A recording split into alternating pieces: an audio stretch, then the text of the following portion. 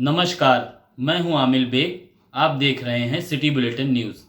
पेश हैं आज के प्रमुख समाचार। जिले के तारुन थाना क्षेत्र के कंपोजिट विद्यालय पूर्व माध्यमिक विद्यालय समदा की प्रधानाध्यापिका मायावती से दिन दहाड़े लूट की घटना हुई। बाइक सवार 3 बदमाशों ने शिक्षिका को असलहा दिखाकर उनकी चेन छीन लिया। घटना शुक्रवार की सुबह विद्यालय के खुलने के समय की है। घटना की खबर मिलते ही शिक्षकों में रोष व्याप्त हो गया। प्राथमिक शिक्षक संघ के जिलाध्यक्ष नीलमणि त्रिपाठी ने कहा है कि शिक्षिका से लूट की घटना बेहद निंदनीय है। उन्होंने कहा है कि जिले के बहुत से स्कूल सुदूर क्षेत्रों में हैं, जहां जान की बाजी लगाकर शिक्षक कार्य कर रहे हैं।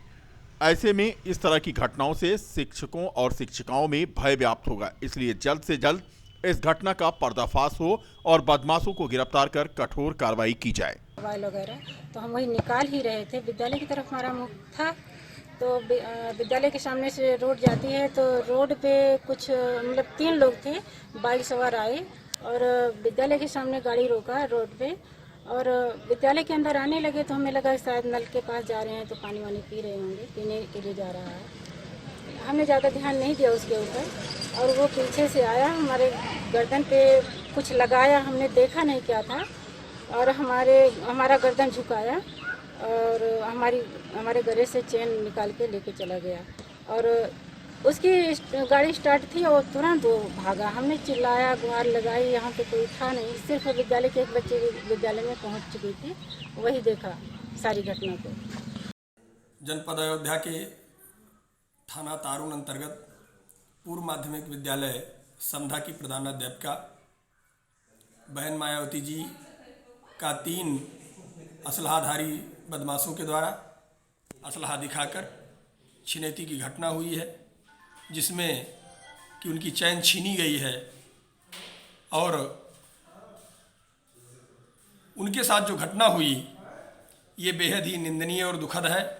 मैं जिला प्रशासन से यह मांग करता हूँ कि इस प्रकरण में तत्काल हस्तक्षेप करते हुए शिक्षिका से हुई छिनैती की घटना में जो भी अभियुक्त शामिल थे उनकी तत्काल गिरफ्तारी की जाए।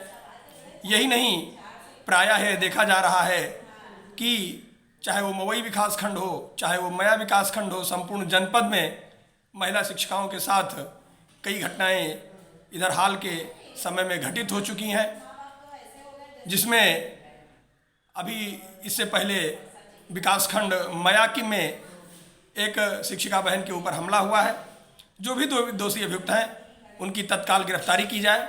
जनपद के शिक्षकों में इस घटना से ज़बरदस्त आक्रोश है और हम सभी इस घटना की कड़े शब्दों में निंदा करते हुए जिला प्रशासन से हम सभी शिक्षक शिक्षिकाओं की सुरक्षा व्यवस्था सुनिश्चित कराए जाने हेतु उचित कदम उठाए जाने की मांग करते हैं।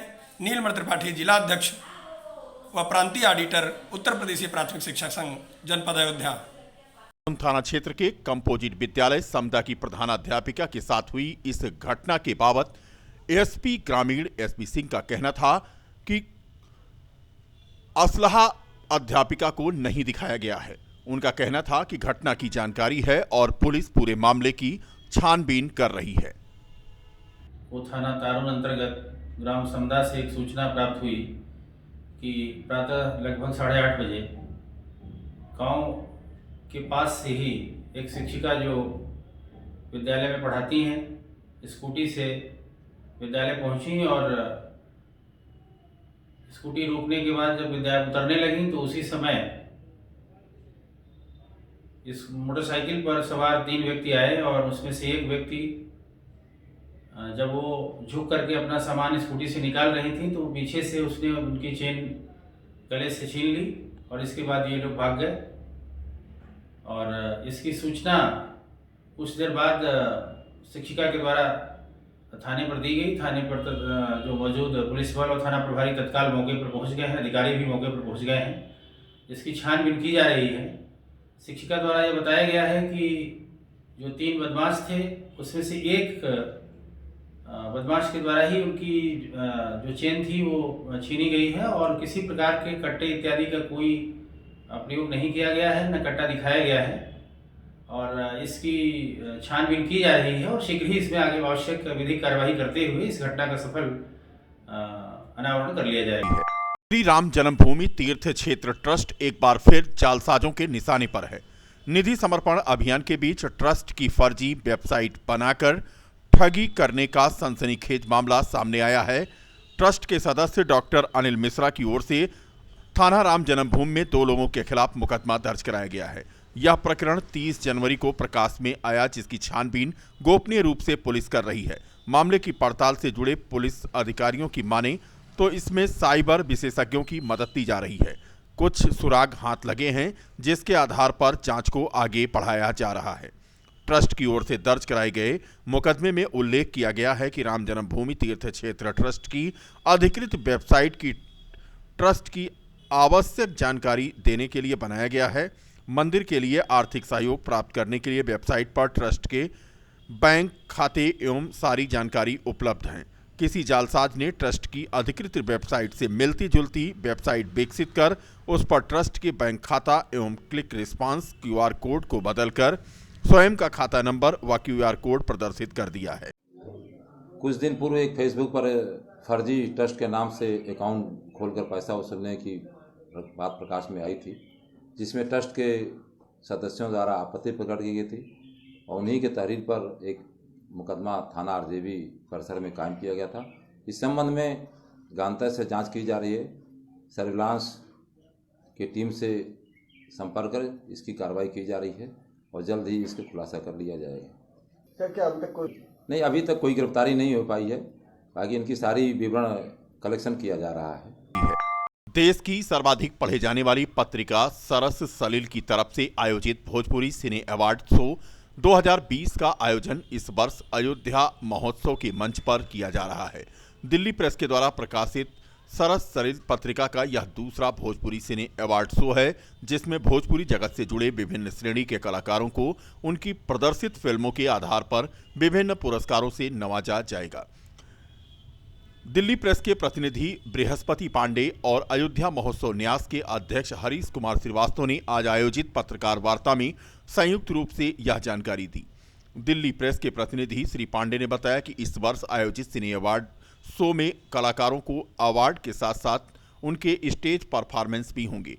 महोत्सव न्यास के अध्यक्ष श्री श्रीवास्तव ने बताया कि अयोध्या में भोजपुरी सिनेमा का केंद्र बने, इसके लिए इस तरह का आयोजन अयोध्या महोत्सव के मंच पर किया जा रहा है। यह आयोजन 28 फरवरी को होना है। फिलहाल इसमें बड़े बड़े भोजपुरी कलाकार इकट्ठा होंगे। इसकी पत्रिका सरस सलील, इसके द्वारा ये सरस सलील भोजपुरी सिने अवार्ड शो का आयोजन अयोध्या महोत्सव के मंच पर 28 फरवरी को शाम 5 बजे फॉर एवर लॉन निकट राजकीय पॉलिटेक्निक अयोध्या में किया जा रहा है।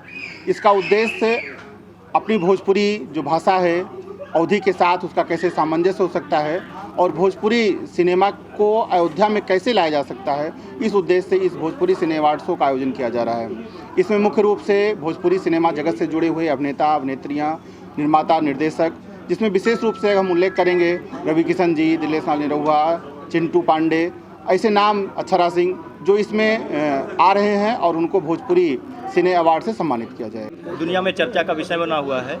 ऐसे में यहाँ के जो लोकल कलाकार हैं उनको मौका मिले, रोजगार का सृजन हो, इसको लेकर के हम लोगों ने अयोध्या में भोजपुरी सिने अवार्ड के आयोजन की रूपरेखा तय की और इसका आयोजन 28 फरवरी की शाम से शुरू होगा, जिसमें भोजपुरी सिनेमा के जाने माने एक्टर्स और एक्ट्रेस के साथ निर्माता और निर्देशक शिरकत करेंगे।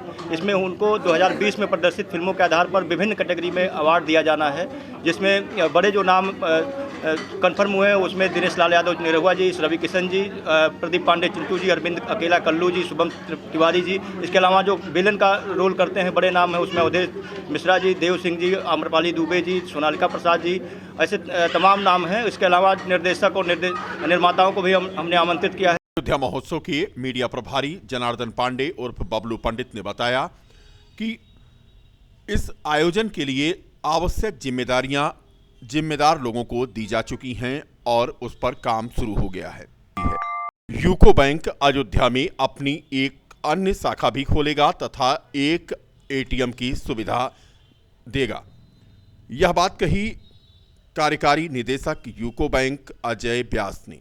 बता दें कि रिकाबगंज में स्थित यूको बैंक अब ख्वासपुरा में शिफ्ट हो गया है। ख्वासपुरा में इसकी ब्रांच खोली गई है। कलकत्ता से आए कार्यकारी निदेशक ने आज ब्रांच का उद्घाटन किया। इस मौके पर ओम प्रकाश वर्मा, अंचल प्रमुख अजय श्रीवास्तव, उप अंचल प्रमुख के अलावा मुख्य प्रबंधक रणधीर कुमार व ब्रांच मैनेजर मनोज कुमार सिंह, उप शाखा प्रबंधक पल्लवी श्रीवास्तव तथा सहायक प्रबंधक प्रशांत सिंह, प्रमोद सिंह, वंदना मौर्य आदि मौजूद रहीं।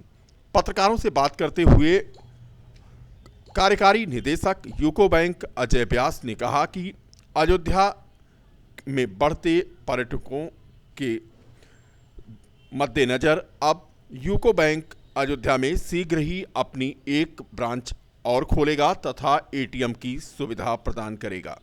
यह प्रयास उनके द्वारा किया जाएगा। 36 साल पुरानी शाखा थी जो फैज़ाबाद की मध्य थी। कुछ दिक्कतें थी वहाँ पे परिसर को लेकर, तो आज हमने एक नई सुसज्जित परिसर में अपने ब्रांच को स्थानांतरित किया हुआ है यहाँ पे। और आज मैं यहाँ इसीलिए आया हूँ फैज़ाबाद में, और आज मैं अयोध्या भी जा रहा हूँ। आज मैं अयोध्या में बहुत विकास हो रहा है। राम जन्मभूमि का जो विकास का जो पूरी परियोजना है उसमें यूको बैंक कितनी सहभागिता करेगा अपनी, उसकी सर्वे के लिए मैं आज आया हूँ। और हमारी कैसी प्रेजेंस रहेगी वहाँ पे, उसके बारे में, कितनी शाखा खोलनी है, कितने एटीएम लगाने हैं हमको इस इलाके में, क्योंकि मुझे लगता है आने वाले दिनों में बहुत सारे लोग इस क्षेत्र को विज़िट करेंगे। फुटफॉल्स बहुत बढ़ने वाला है राम जन्मभूमि के इलाके में आने वाले दिनों में। तो बिज़नेस अपॉर्चुनिटीज़ बैंक के लिए हैं, और हम कैसे उस अपॉर्चुनिटी को हम यूज़ करते हैं, उसी सर्वे के लिए, उसी के लिए मैं आज आया हूँ। जिस तरह से विकास होगा उसी तरीके से बिजनेस को बढ़ावा देने के लिए आप किस तरीके से व्यापारियों को लोन वगैरह किस तरीके से देखिए, फैसिलिटी होगी? आज यूको बैंक भारत में अपने इतने सारे प्रोडक्ट को लॉन्च कर चुका है हर वर्ग के लिए। आप किसी भी वर्ग में आप काम करते हैं, चाहे व्यापारी हैं आप, चाहे आप मैन्युफैक्चरर हैं, चाहे आप सर्विस सेक्टर में हैं काम करते हैं, या आप किसान हैं, या एमएसएमई के आदमी हैं, या आपको एजुकेशन लोन चाहिए, होम लोन चाहिए, हर तरह के प्रोडक्ट के लिए हम तैयार हैं। और बहुत नए नए उत्पाद हम बाज़ार में लेकर आए हैं, नई नई सुविधाओं के साथ लेकर आए हैं। और साथ में आईटी प्लेटफॉर्म को भी हमने बहुत सुदृढ़ बनाया है। हमारी मोबाइल बैंकिंग, ई बैंकिंग, हमारे यूपीआई के पेमेंट्स बहुत अच्छा काम कर रहे हैं। और आपको बताते हुए मुझे बहुत खुशी हो रही है कि यूको बैंक का मोबाइल ऐप अभी हिंदुस्तान में टॉप कर रहा है। टॉप 3 ब्रांड में से एक हो गया हमारा। ये ऐप स्टोर के डेटा हैं, तो बहुत अच्छा। और हम खास करके ख्याल ये कर रहे हैं कि किस तरह से कस्टमर का जो इंटरफेस है बैंक के साथ वो बहुत सरल हो जाए। बुनियादी सुविधाओं से वंचित गांव की आधी आबादी सरकारी दावों की पोल खोल रही है। विकासखंड बीकापुर के गांव चौरे चंदौली की निवासी सैकड़ों महिलाओं ने महिला न्याय मंच के बैनर तले एसडीएम बीकापुर कार्यालय के सामने प्रदर्शन करते हुए एक ज्ञापन सौंपा। इस दौरान महिला न्याय मंच की प्रदेश संयोजक उमा सिंह ने एसडीएम प्रशांत नागर से मुलाकात करके उन महिलाओं से रूबरू कराया जिन्हें अब तक ना तो शौचालय मैसर हो पाया है और ना ही उनके बस्ती में सार्वजनिक शौचालय का पैसा ही आया। महिलाओं ने अपनी बुनियादी सुविधाओं के सौदागरों के खिलाफ जमकर नारेबाजी की और एसडीएम से व्यक्तिगत शौचालय प्रोत्साहन राशि दिलाने की मांग की। इस दौरान महिला न्याय मंच की नेता उमा सिंह ने दावा किया कि यदि सुविधाओं से वंचित इन महिलाओं को न्याय न मिला तो आने वाले समय में तहसील की घेराबंदी और तालाबंदी के साथ साथ जोरदार प्रदर्शन किया जाएगा और आवश्यकता पड़ी तो लखनऊ में भी आवाज बुलंद की जाएगी। बीकापुर थाना क्षेत्र में एक बार अपराध का सिलसिला शुरू हुआ तो थमने का नाम नहीं ले रहा है। अपराधी नए कोतवाल को चुनौती पेश कर रहे हैं। कोतवाली क्षेत्र के ही गयासुद्दीनपुर गांव में बीती रात दुस्साहसिक घटना को अंजाम देते हुए गांव के ही राकेश को सूद का पैसा वापस न देने की रंजिश के चलते अगवा कर लिया गया। अपहरणकर्ताओं ने राकेश को निर्जन स्थान पर ले जाकर जमकर मारा पीटा, उससे धनराशि उगाही की कोशिश की। रात में जब किसी तरह से बंधन मुक्त हुआ राकेश तो अपने घर लौटा और पत्नी को आप बीती सुनाई। लहूलुहान राकेश को लेकर उसकी पत्नी कोतवाली आई, जहां देर शाम तक उसकी एफआईआर नहीं दर्ज की गई। फिलहाल सरेआम हाईवे पर खड़ी पिकअप चोरी की घटना के बाद गांव में हो रही लगातार चोरी अपहरण की घटनाएं नए कोतवाल के आगे चुनौती की तरह मुंह खड़ी हैं, जिससे पार पाना कोतवाल के लिए किसी अग्नि परीक्षा से कम नहीं है।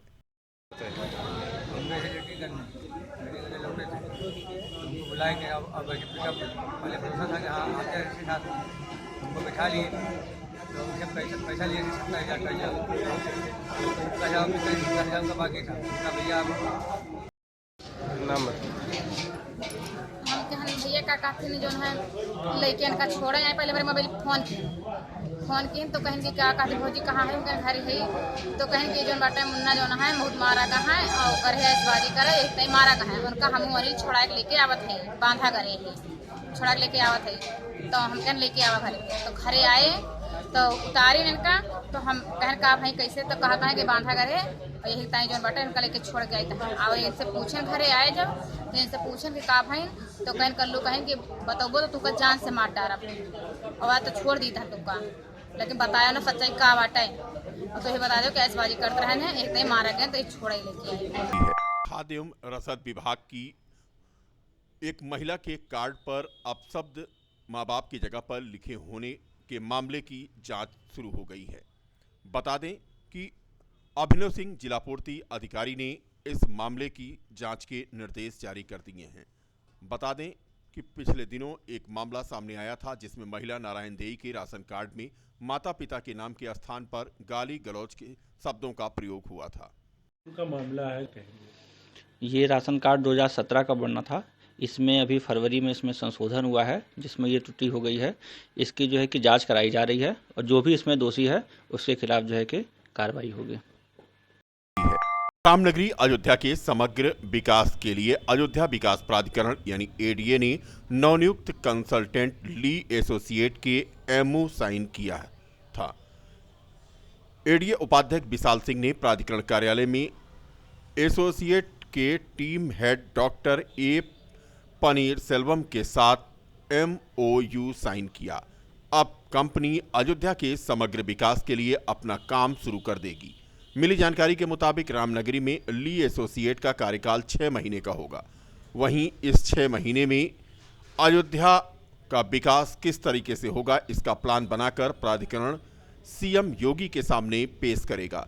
बता दें कि अयोध्या के समग्र विकास के लिए नवनियुक्त associate south Asia private limited के साथ लार्सन एंड टुब्रो और सीपी कुकरेजा एसोसिएट सहयोगी कंपनी ग्रुप में काम करेगी। अयोध्या विकास प्राधिकरण के उपाध्यक्ष विशाल सिंह का कहना है कि अयोध्या के समग्र विकास के लिए इस कंपनी को सिलेक्ट किया गया था। आज उन्हीं के साथ एमओयू साइन किया गया है। बताया जा रहा है कि गुरुवार से ही काम शुरू हो गया है।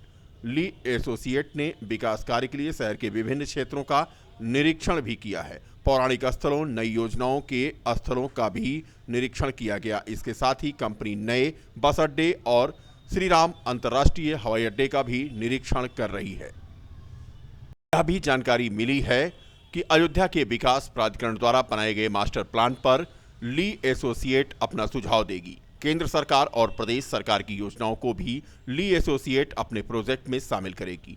उन्होंने कहा है कि उन्हें पूरा विश्वास है कि सीएम योगी के ड्रीम प्रोजेक्ट अयोध्या के सर्वांगीण विकास को लेकर नवनियुक्त कंसल्टेंट ली एसोसिएट पूरा काम करेगी। अयोध्या के समग्र विकास के लिए माननीय मुख्यमंत्री जी की परिकल्पना के अनुरूप जो आरएफपी फ्लोट किया गया था उसमें जो कंसोर्शियम सेलेक्ट हुआ था ली एसोसिएट्स, एल&टी और सीपी कुकरेजा एसोसिएट्स